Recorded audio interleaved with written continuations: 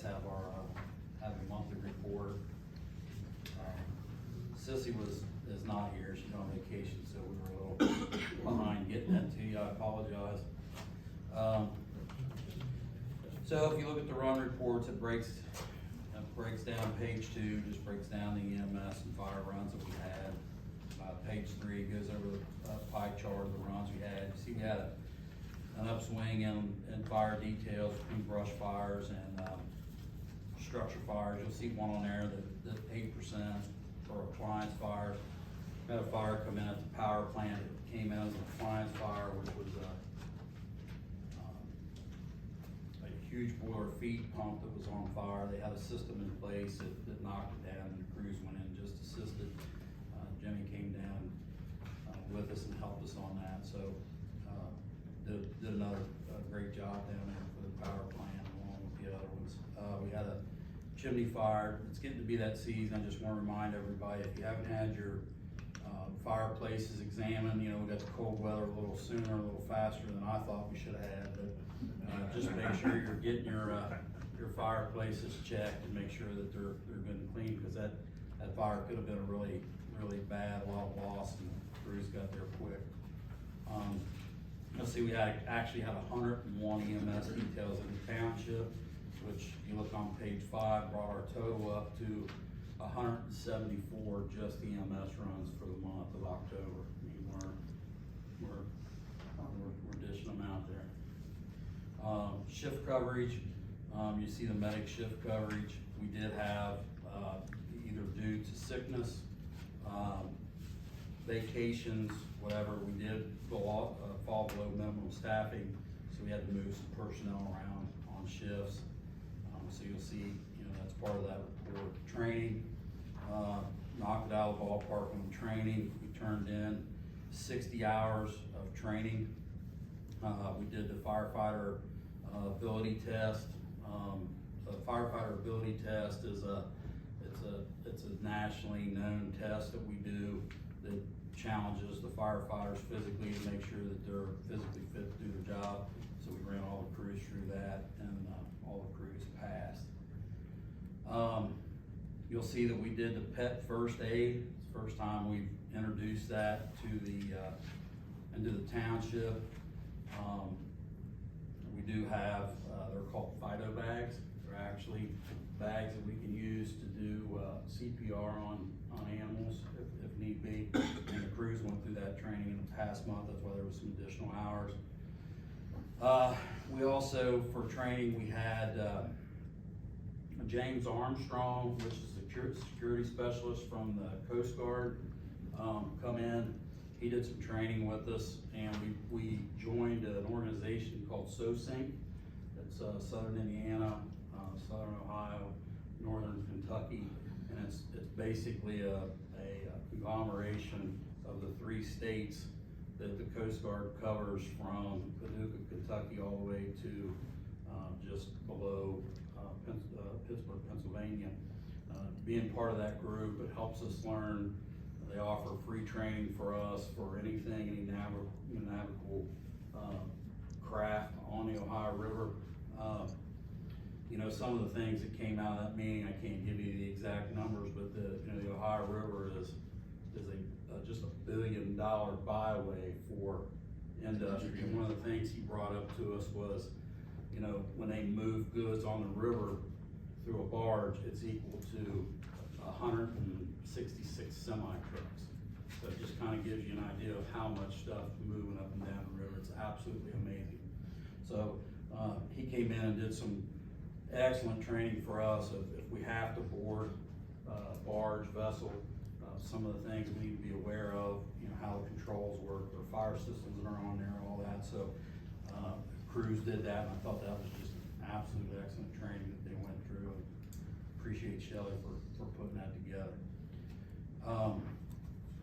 Page 7 just finishes up, you know, some of the stuff we did. We did have some people that finished their FAO training, which is a fire apparatus operator. We moved some people around as far as to help out doing the trainings on training days for the unit days. Fire investigations, we had a fire on Porter Street. It was a flower pot that ignited on the exterior of the deck. Because we had to list it undetermined because there was 2 different heat sources in the area of origin. Shea Lane, the chimney fire, accidental. And then Hamptonshire, it was a riding mower that caught on fire near a residence. And they did a really good job getting those out.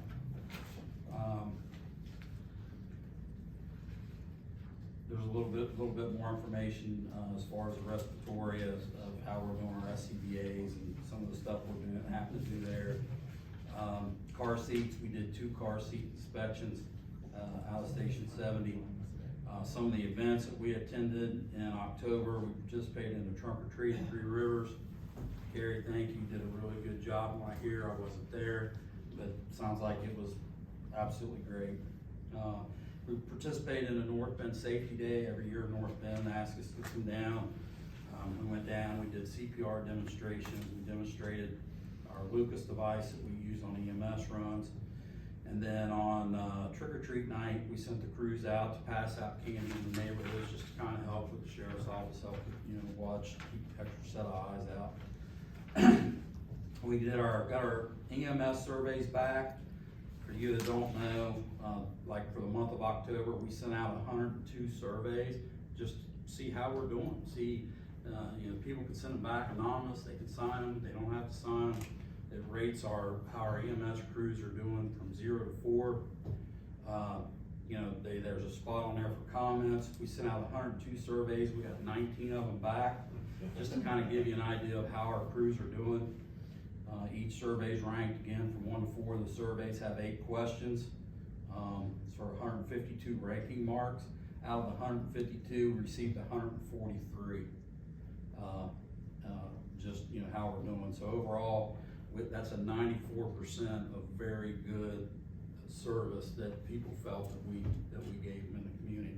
There's a lot of comments. There's comments on there like some of the ones we put on there is, couldn't ask for a more wonderful group, very respectful and kind. They all made me feel secure and very professional. They were awesome. Everyone involved was great. Just all that. Page 9, you're going to see we went down, which is something that we've done years ago in the past. Former chief Jim Hughes used to set this up, and we kind of reiterated it because we've been going through the power plant for a lot of different spots. So there's some pictures of us. The power plant purchased specialized training equipment, which you'll see on the pictures on page 9, which are propane props that helps us go in and learn how to fight the types of fires that they have inside the plant. So you'll see we went down, I did some instruction with them on how to approach different fires, how to, some of the inner workings of some of the specialized equipment that the plant has that I was lucky enough to learn over the years as a young firefighter. So there's some pictures in there of that. So that's the report for October. I do have one purchase item. I make copies of it because I forgot to put it in the report, so you'll pass it down. I've been reporting one of the things that we're doing is we're going out and pre-planning the businesses, and we're also pre-planning a lot of the homes that have long lays, special bridge access, all those things. A lot of people don't think of that, but if you call the fire department, we got to know that we can get to your place. So the crews are going out and they're hand sketching the businesses. They're hand sketching the driveways. They're pulling maps off the auditor site to put all that information together in a PDF file so that we can have it readily available on the trucks. We need to purchase these Visio professional drawing programs. They're $579 for the program, software program, and we need 3 of them, 1 for each station if we could do that. So I'm asking the board if they would approve the software program for the pre-plans. I make a motion to approve purchase of 3 programs. Can I just, is there, I'm sorry, I didn't mean to interrupt, I just wanted to ask, is there like additional training and other things beyond this, or is this the cost? No, actually, that's a good question. So Scott Dunnigan, who is our code enforcement guy, our pre-plan guy, is versed in this. Okay. So he is going to put on training internally for the folks that are gonna do that. So Great. that's a fair question, it's a good question. Okay. I would second trustee Renninger's motion. Okay. Mr. Riker? Yes. Mr. Blanton? Yes. Mr. Robinson? Yes. He's only got the price for one. Yeah. Should be three of them. Right. Chief, you have anything else? I don't have anything else, All right. anybody have Any any? questions for the chief? You know, Mr. Hughes? yeah, I know last time I was at the meeting, we talked about recruiting and how things are going. I was wondering how that's going. And then my next question would be, you mentioned minimum staffing. I was like, how often are we at minimum staffing? And how often in the last 2 months have we ground out any stations completely? That's a really good question, Jason. So how we're doing as far as bringing new folks in. I can't stress to you all enough how competitive the market is right now for the fire service. I never would have ever thought this in my life. It's very competitive. Scarlet Oaks is getting ready to, this will show you how competitive it is. Scarlet Oaks, who is one of the local vocational schools that puts out the firefighters, when they leave Scarlet Oaks, they have their EMT certification, they have their Firefighter 2 certification, which is a professional qualifications for firefighters. They have that. Right now, 5 of the 19 already have been offered full-time positions. So that just shows you how competitive it is. So they're having an open interview day in December, which we're going out to do interviews with the remaining, class to see if we can recruit some.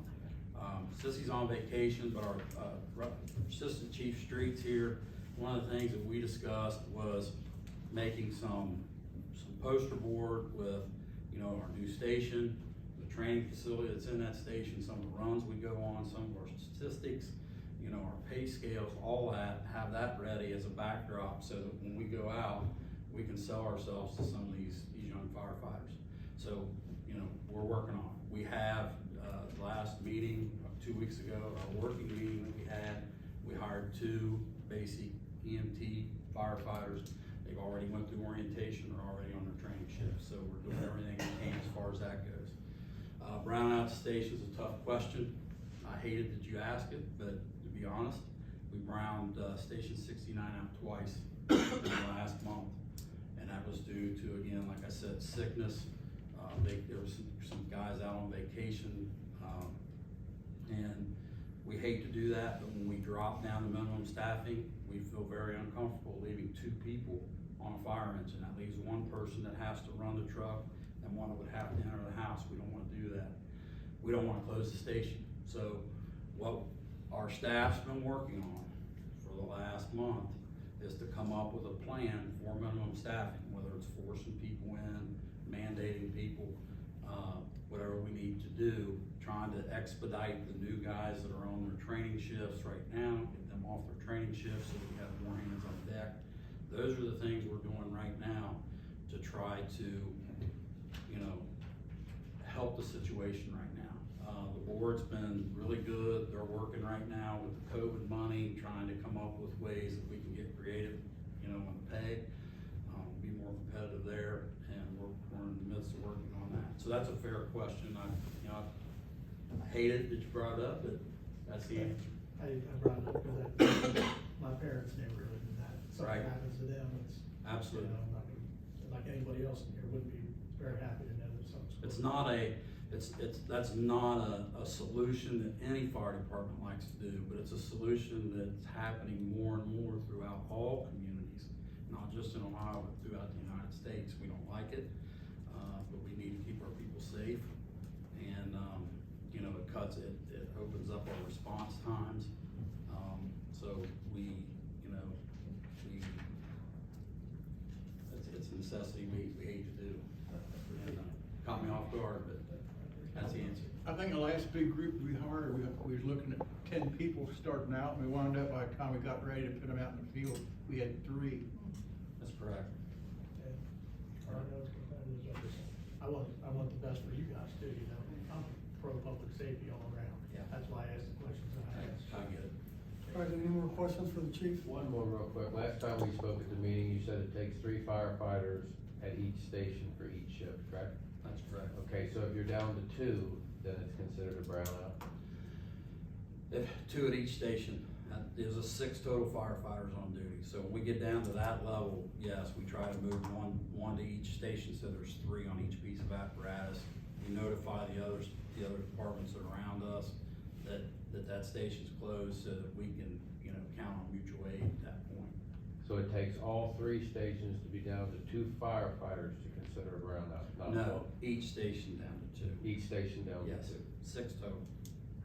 Okay, thank you. And, All right, any more questions? well, I was gonna bring this up in my comments, but, I attended this past weekend the Hamilton County Township Association and Hamilton County Municipal League joint meeting, and it was a bipartisan group of state legislators. It was essentially a state senators and state reps of all throughout Hamilton County. And one of the topics was retention and recruitment of public safety, so both police and fire. State Representative Abrams has proposed an increase, that the townships increase their portion of the, towards the pension. House Bill 512. Yeah, so up to, I think it's 26%. There was a lengthy discussion, but essentially, I mean, you had Anderson Township, you had Sycamore Township, you had Springfield, you know, Delhi, all kinds of folks, and everybody agreed. You know, we steal from Crosby and Whitewater, and Delhi steals from us, and Coleraine steals from Delhi, and Green steals from Coleraine, and the city steals from everyone. And it really is what it is. And so, you know, we can bump our pay up by $1 or $2, and they'll bump their pay up $1 or $2, and it'll just be a chain reaction, and everybody's gonna just keep doing that.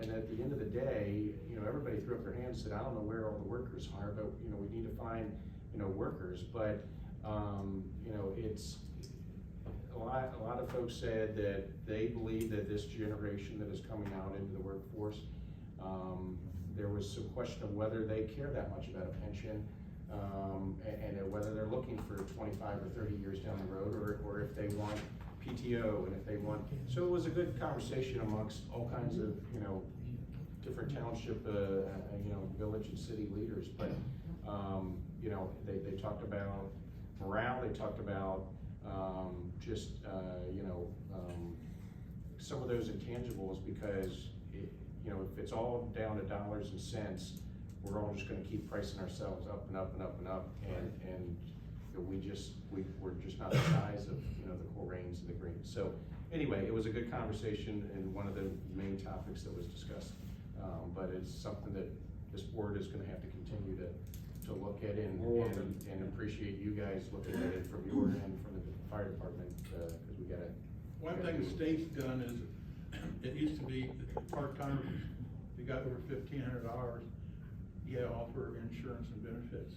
Now they've raised that to 1,936 hours, which means you can make more use of your part-timers and then work more hours before you have to actually offer them benefits.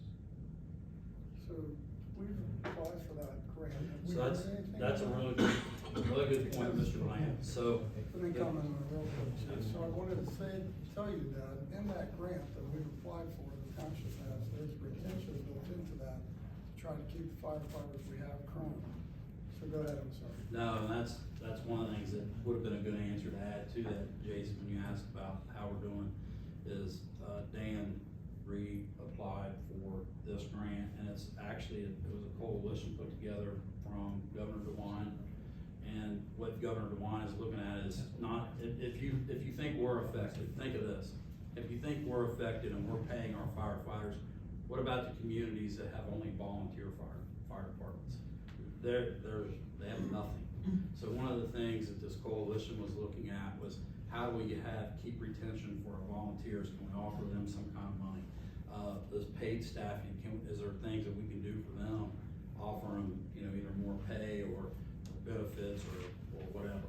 And that's how this all came about, how the grant came about, and that's what we've applied for.